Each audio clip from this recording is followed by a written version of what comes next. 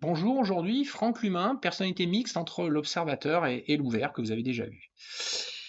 Eh ben, comment on me voit, moi? Je suis le gars un peu trop gentil. J'ai tendance à un peu culpabiliser, je cherche à créer du lien.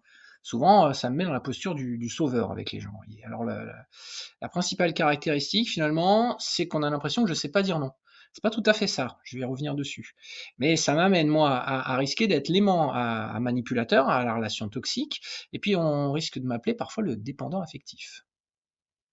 Mes valeurs, remise en cause, partage, empathie, essayer de faire plaisir aux gens, voilà. Alors si c'est poussé à l'extrême, c'est l'esprit de sacrifice. Mes verbes, le couple donner-recevoir et puis, cette notion, d'aider et de servir. Donc c'est très important pour moi, de donner aux gens, quoi. Être à la disposition des autres, être à l'écoute. Parfois je m'oublie un peu dans cette histoire-là. Au travail, eh ben, le mix entre l'ouvert qui veut de l'ambiance et puis l'observateur, qui veut de la communication, ça va s'appeler la collaboration. C'est le participatif, dans les axes du management. Ne fais pas autrui, c'est mon dicton. Voilà, je pense que ça se passe de commentaires. C'est le pilier de tout le développement personnel, en fait, hein. Ma demande? Eh ben, plus calme, une idée posée, constructivement, respectueusement, posément, a beaucoup plus de chances de se faire entendre. Petit clin d'œil à ceux qui essaient de passer en force. Le but dans la vie, échanger. Encore une fois, le lien. La force la plus puissante? Je vais vous amener maintenant la bonté. Ah ouais, et la douceur. Je pense que c'est quelque chose de très important d'être bon et d'être doux. Ça demande beaucoup plus de force qu'on pourrait bien vouloir le croire. Mes phrases qui saoulent, tu manquais de respect, ça, je le pense et je le sors un peu trop souvent peut-être. C'est pas gentil. Essayez d'écouter vous, respectez-vous les uns les autres, ça passe pas souvent.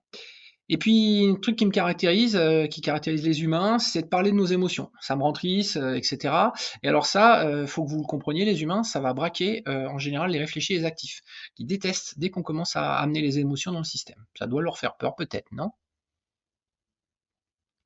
Ce que je déteste, humiliation, méchanceté, le jugement sous toutes ses formes, c'est très compliqué pour moi. Le manque de tact puisque je suis dans le lien et puis abandonner les gens, voilà. Alors je vais terminer par tout ce qui est finalement les problèmes, hein, de ma personnalité. C'est que finalement je défends pas mon périmètre moi.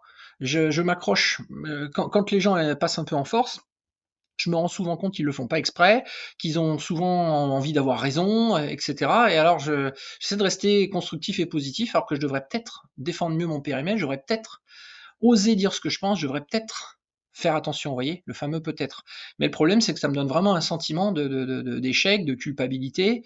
Moi, je me sens hyper mal quand il faut, faire du mal aux gens, les décevoir, les blesser et j'ai vraiment un sentiment presque d'abandonner et de pas respecter mes valeurs quand je me positionne et c'est ça, qu'en coaching, puisque maintenant je vais donner la parole à Franck le coach, c'est ça qu'en coaching, il va falloir travailler en général avec les humains. Ce sont les gens avec lesquels je travaille le plus depuis des années parce que c'est eux qui vont être touchés, comme je le disais tout à l'heure, par la dépendance affective. C'est souvent les victimes dans la relation pervers narcissique victime, très souvent. C'est souvent aussi ceux qui se posent en sauveur dans certaines dans relations amicales. Ils sont animés vraiment de toutes les meilleures intentions de la Terre, c'est vrai, mais par contre derrière, bah, ils n'ont pas envie d'aller au combat et au conflit. Et malheureusement, si on ne défend pas les choses et si on ne défend pas son système de valeurs et si on ne se défend pas soi-même, eh bien les problèmes vont commencer à arriver. N'hésitez pas à me contacter, suivre ou liker la vidéo. Merci beaucoup et j'espère que ça vous aura plu. À très bientôt.